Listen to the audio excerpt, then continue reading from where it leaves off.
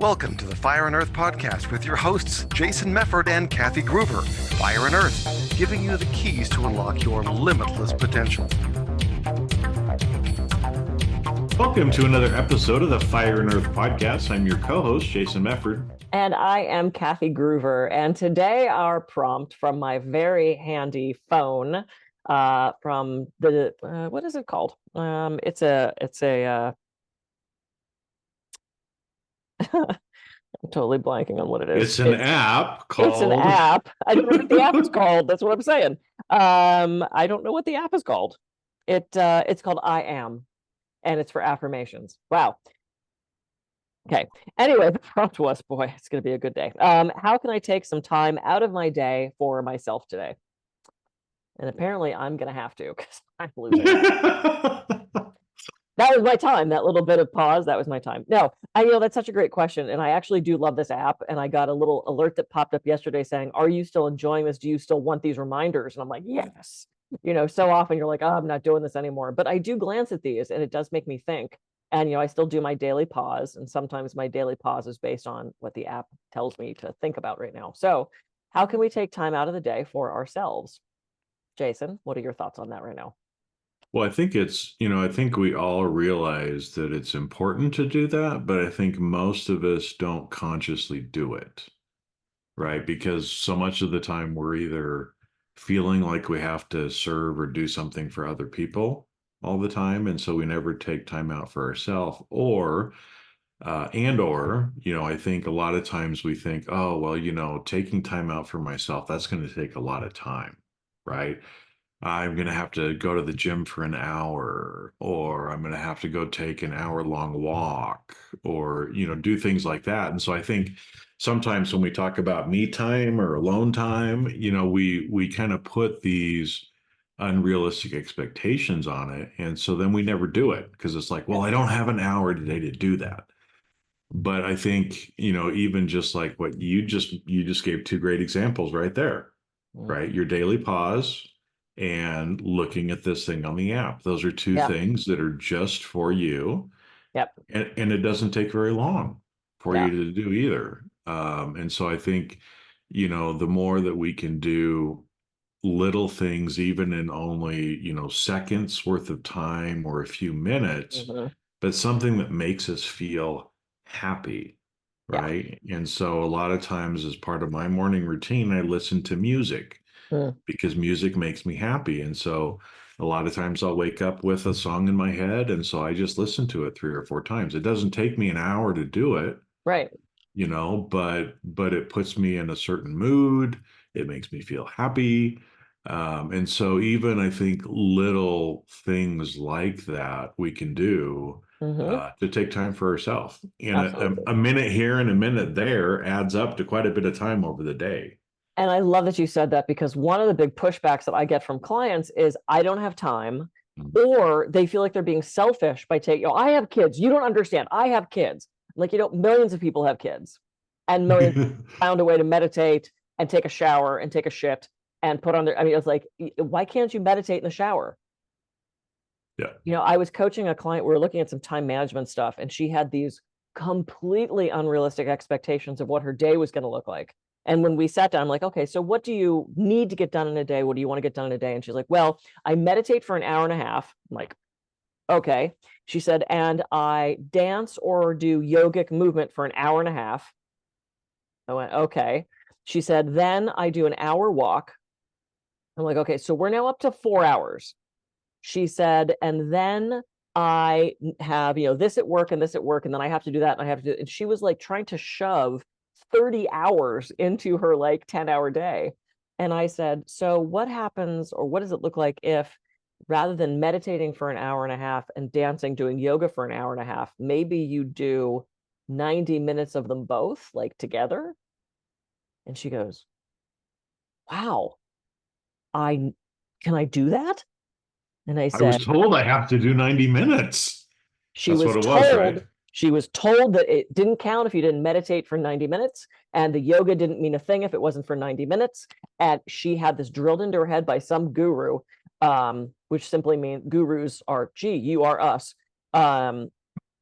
She was it was drilled into her head that it didn't count, that she wasn't a spiritual enough being unless she set all this time aside.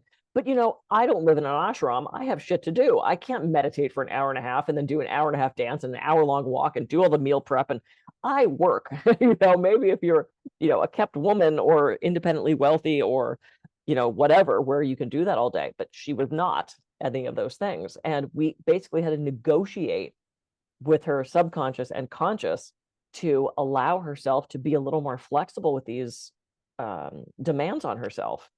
So what can you do in those short amounts of time? Eric and I sit down every morning. We're up to what, I don't know when we're airing this, but hopefully we've continued the tradition of every day. That's my new, I really want to dedicate myself to that for the new year. We do 8 minutes a morning. 8 minutes. And like yesterday, we didn't have time in the morning. So at 9 o'clock last night, I said, oh, we have to meditate. And we sat down and meditated 8 minutes. We can do 8 minutes, right? Or if you're doing the I am at peace, which is my favorite meditation, inhale, I am, exhale at peace. You can do it when you're sitting at a traffic light. Don't close your eyes. You could do it while you're in the shower. You could do it while you're brushing your teeth. You could do it while you're doing the dishes. It doesn't have to be sit on the pillow, close your eyes, contort yourself into a position and om for an hour. You can make it what works for you and fits into your life. It still counts, but do something, right? Well, it does, and I even think too. I mean, we can multitask. Now, I'm going to say that again. I'm a man. I don't necessarily like to multitask, right? Because men are used to like move it, one thing at a time and move on, kind of thing, right? But there's a lot of things that you're doing during the day where you can multitask. They're activities that don't take a lot of brain power. Sure. Let's say, right? And so as a kid, I used to daydream a lot. And then I kind of quit as an adult, and I'm getting back to that a little bit more. And I think it's, one of the songs that I really like from Blondie is Dreaming. If you remember that song, right? Dreaming. And dreaming is free, right? Is the line in there, right? And it's nothing that really, it doesn't take much time. It doesn't take any money, but you can take time for yourself and dream or go into a different space because you are where you place your attention. Yep. Right. And so that has a lot of different meanings, but you are where your attention is. So if I'm, washing dishes, well, while I'm washing dishes, I can be sitting there thinking about, what I have to do for work or what the neighbor said that just pissed me off or whatever. I can choose to think about that while I'm washing my dishes, or I can choose to dream and be somewhere just for me, right? Or think about something, for me. Or I could even sit there, again, I might not have 8 minutes to go sit on the mat, but could I sit there and breathe? Well, I'm breathing anyway while I'm washing the dishes, right? So what if I do I am at peace while I'm washing the dishes? Yep. Or, and I recommend this to people too, turn the doing of the dishes into a mindfulness exercise where you're not daydreaming and you're not thinking and you're just fully doing the dishes with all of your senses, feeling the water, smelling the soap, watching every single time. I put the bottle of soap down, the little bubble goes boop, and it floats away. I just watch it. Yeah, we watched Bubbles the other night because they were just like everywhere. It was so much fun. Eric had one in his hand. He's like, look at this, and it's like, it brings joy and this little bit of vacation for you.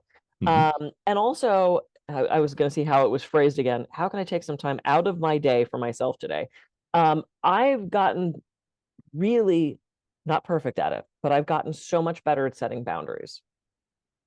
And I have had some clients recently that are wanting to pull on my time. And I've been really strong in going, nope, can't do that for you today. Or that doesn't work for me. I'm on this board. We are in the midst of really huge things happening. And we're meeting Sunday night. And we're meeting Monday night. And we're meeting all day Tuesday. And then we're going into a regular board meeting. And it's like, this is a volunteer board. I'm not getting paid for this. I have a full-time job. I have a life outside of this. And a friend of mine that I haven't seen in a while is coming through Santa Barbara Monday night and said, it would be so great to see you. Can we get together for dinner? Now, I'm supposed to be on the Zoom meeting. It's like, well, they're getting me Sunday and they're getting me all day Tuesday, which means I'm not working. I'm not making any money. And they're getting me Tuesday night. I canceled my part of the meeting Monday night. And I'm like, I'm having dinner with this friend. Like, I have to set that boundary of, this is like this is a volunteer thing that I'm doing, guys. You can't have me 3 days in a row. Like, I have to, it's important to me to take time to spend time with this friend, to treat them to dinner, to cook. So I set that boundary. And it's like, I'm feeling better about, you don't want to shirk your responsibility, and you also have to make sure you're taking care of yourself. Yeah. So it's like, I'm really proud of myself for being able to do that. Well, and I think the boundary thing is great as a way to take time, right? And so, mealtime has become that way for me now too, right? Is sometimes I still have my phone in my pocket, but for the most part, phones are not in the dining area. Yeah. And we're just focused on conversation and eating. And that's it, right? And even that, even when you're with someone else, right, engaging in some kind of call it a mindful practice, right, where you're just there present with the person, enjoying, tasting the texture, feeling the texture, tasting the taste, talking about the food, expressing gratitude for the food, talking with, whoever you're eating with. Yep. That's taking time for you as well. 100%. Right? Because as long as you're with a person who you love, who builds you up, who you feel like being in their space and with them in time is good and builds you up, then it's one of those activities that's for you. Yeah. Now, if you're sitting there with, having dinner with somebody who's an asshole that is, pulling on you, a negative Nancy kind of thing, okay, maybe that time is not for you, right? Because it's draining you instead of building you up. Yeah. But I think, one of the biggest things about taking time for yourself is it's an activity that's helping you recharge. Yeah. Or helping you grow, right? Yeah. And again, that can be something simple. Washing the dishes, I mindfully wash my dishes, but a lot of times what it is it's a gratitude meditation of I am so grateful. I love these plates. They're so beautiful. They hold my food. I love you. I clean you, right? Sort of a thing. And again, is that for me? Yes, in both ways. In a 3D way of I have a clean kitchen, I have clean dishes the next time I need to use them, but it's also a way for me to nourish myself spiritually and emotionally by having kind of a grateful meditation while I'm washing dishes. Yeah.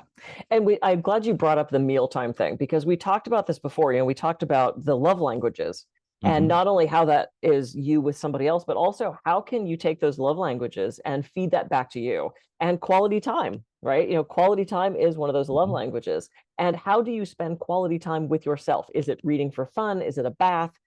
You throw physical touch in. Is it a massage? Is it a hug for yourself? Is it a hand massage? I got this. It's not down here. It's in the bedroom, but it's this, looks like a little George Foreman grill, and you put your hand in it, and it's a hand massager. Oh, it's the greatest thing in the world. I was expecting it to be like the Foreman thing. You're like, no, you stick your hand in, and it has all these little pneumatic things, and it massages your fingers. And because I work with my hands so much, this thing has saved me. I'm going to get a foot one because they have those too. But it's like, that's physical touch. Right? You have acts of service. What can you do that's kind to yourself? And they all sort of combine. And then you have gifts. Can you buy yourself something nice?